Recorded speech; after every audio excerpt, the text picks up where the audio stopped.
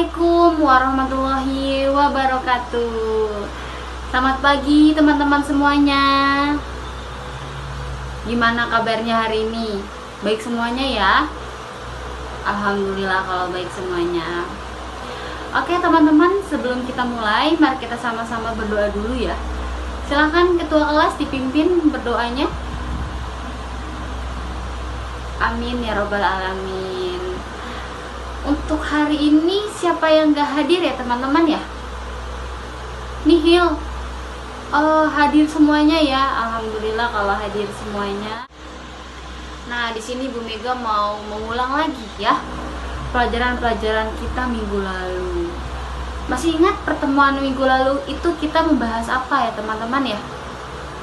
Membahas tentang kegiatan ekonomi dan pelaku ekonomi. Betul sekali. Kita sudah membahas kegiatan ekonomi itu apa, lalu siapa saja pelaku ekonomi itu ya.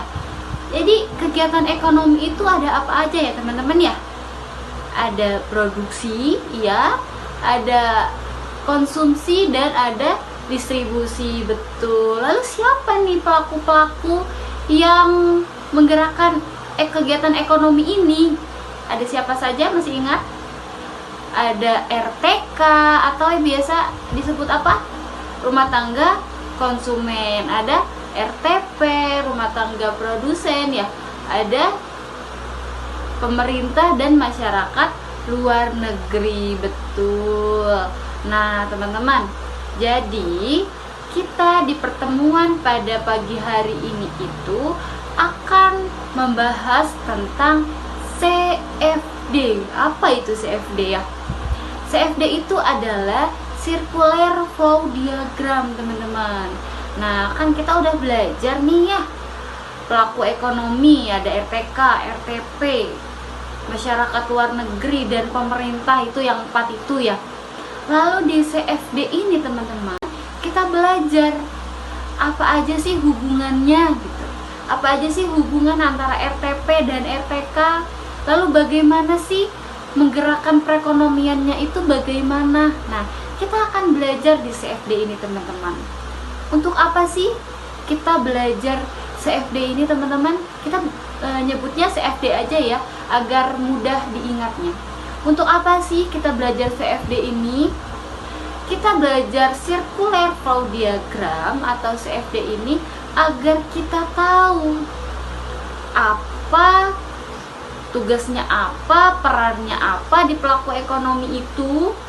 Lalu kita juga bisa menganalisa, oh jadi produsen ini membayar jasa, oh jadi RTK ini seperti ini gitu loh. Nah, jadi di CFD ini teman-teman, kita akan menganalisa sebuah diagram ya. Di sebuah diagram ini ada yang namanya pasar input dan pasar output. Nah, di sini Bu Mega menjelaskan sedikit saja ya mengenai pasar input dan pasar output, karena di bab selanjutnya itu akan dijelaskan lebih detail lagi mengenai pasar input dan pasar output ini. Nah, kalau pasar input ini adalah pasar faktor produksi. Pertemuan lalu kita sudah belajar faktor produksi itu apa saja. Masih ingat? Faktor produksi itu apa saja teman-teman? Ya, ada apa aja? Ada SDA, ada apa lagi? SDM, betul. Apa lagi?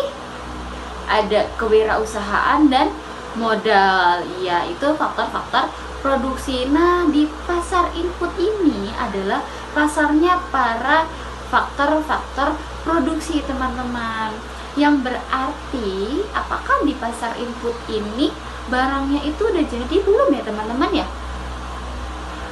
Belum, betul. Nah, di pasar input ini tuh baru menginput ya.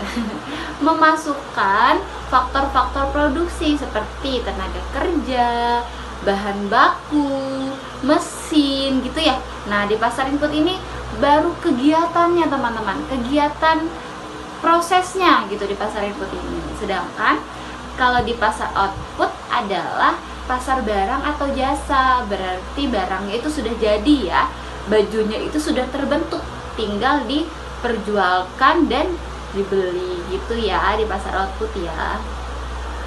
Baik, kita lanjut ya teman-teman ya. Di pasar di CFD ini atau circular flow diagram ini itu terbagi menjadi 3 teman-teman. Ada CFD 2 sektor, CFD 3 sektor, dan CFD 4 sektor. Nah, dari namanya aja CFD 2 sektor itu berarti ada 2 pelaku ekonomi. Yang pertama itu pelaku ekonomi RTP dan RTK. Berarti ada 2 ya. 2 sektor itu RTP dan RTK. Lalu ada CFD 3 sektor. Berarti ada 3 pelaku ekonomi. Yang pertama itu ada RTP, RTK, ditambah satu lagi apa? Pemerintahan. Nah, lalu yang 4 sektornya tadi sudah kita sebutkan ya. Ada RTP, RTK, pemerintah, lalu yang terakhir yaitu masyarakat luar negeri. Nah, sampai sini teman-teman, apakah ada yang ingin ditanyakan mengenai circular flow diagram? Tidak, sudah paham semua berarti ya. Kalau gitu, Bu Mega ingin kalian menggambar diagramnya yang 2 sektor, 3 sektor, dan 4 sektornya ini di buku tulis kalian. Nah, diagramnya ini jangan cuma sekedar diagram gitu ya teman-teman ya. Kan ada tanda panahnya. Nah, ada tanda panahnya.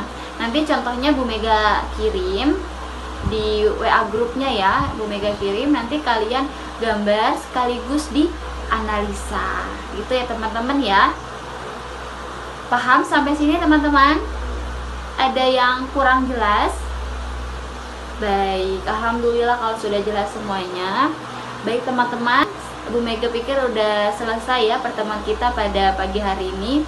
Semoga ilmunya bermanfaat untuk teman-teman semuanya, dan semoga teman-teman semua lancar dalam mengerjakan tugasnya ya.